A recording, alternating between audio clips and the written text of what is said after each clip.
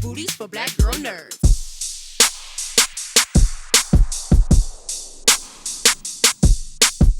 Thank you so much for taking the time to speak with me today. I appreciate it. Of course. Hey.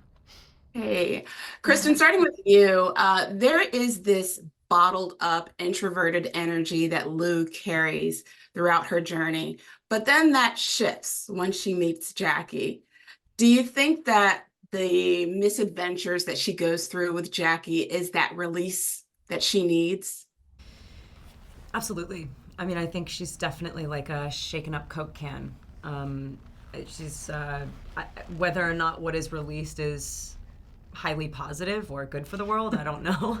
But there's a lot of toxicity and like, internalized violence and misogyny and bad stuff in there. And also she's a girl and she's tender and she wants someone to hold her. You know what I mean? So it's like there's a there's that kind of friction and like internal push and pull. That's definitely what Jackie comes in and kind of just blows to smithereens. Indeed, she does. Katie, for you, Jackie, she is very ambitious. And at the beginning of her story, it seems like she uses sex as a tool to get what she needs, as a means to get to what she needs. Do you think she does that because she desires it or because that's just an easy way to get things? I think it's a way that like, she has to be very resourceful. She doesn't really have anybody, so I think it's a tried and true way that she knows that she can kind of take certain steps. I don't know that it's easy to sell your body for a job or anything. But, we kind of discussed if she enjoys it to an extent because we didn't want it to be this, like, super downtrodden, like, oh, she's such a sad, figure starting out. So I think there's a little joy in it and, like, a little bit of, Power. it's fun and power. Yeah. Yeah, I mean, I think with Lou, it was definitely different. And I think that's where she kind of felt a shift, too, where it's like, it's suddenly not like about power or about getting something or whatever. It's who is this and what can I do to stay with this person? Indeed.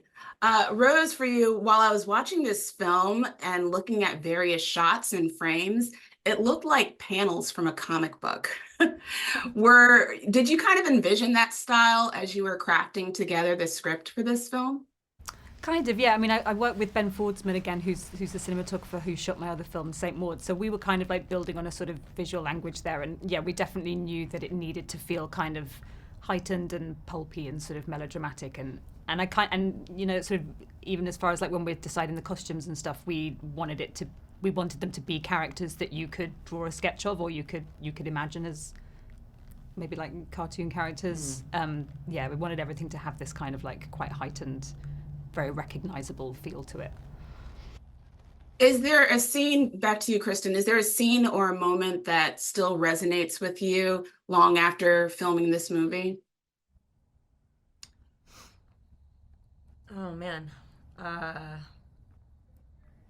think the first day of shooting, just sort of speaking to this comic book thing, I did feel somehow by osmosis I understood this comic book thing physically because I felt like Lou had this like very particular body language that I guess is natural to me and I guess I have elements of, but it's just not as consistent and all the time. Like it was really there's I guess the first day that we shot we were in my apartment and I had cleaned up a ton of murder and blood and like I was also like trying to quit smoking but then also smoking again. Like we kind of traipsed through across the whole movie a little bit on the first day.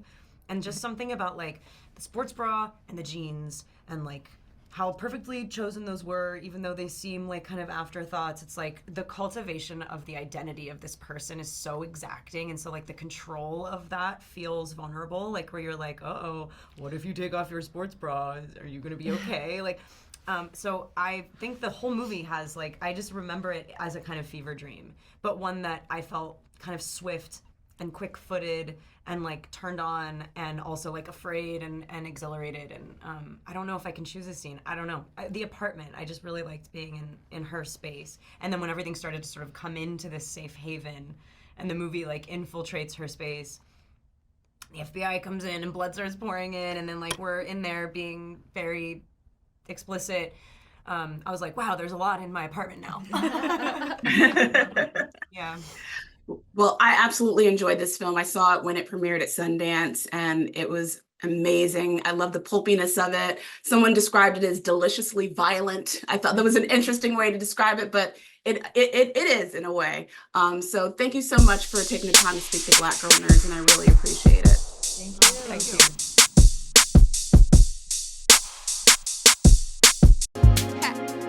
Better shake your booties for Black Girl Nerds. Better shake your booties for Black Girl Nerds.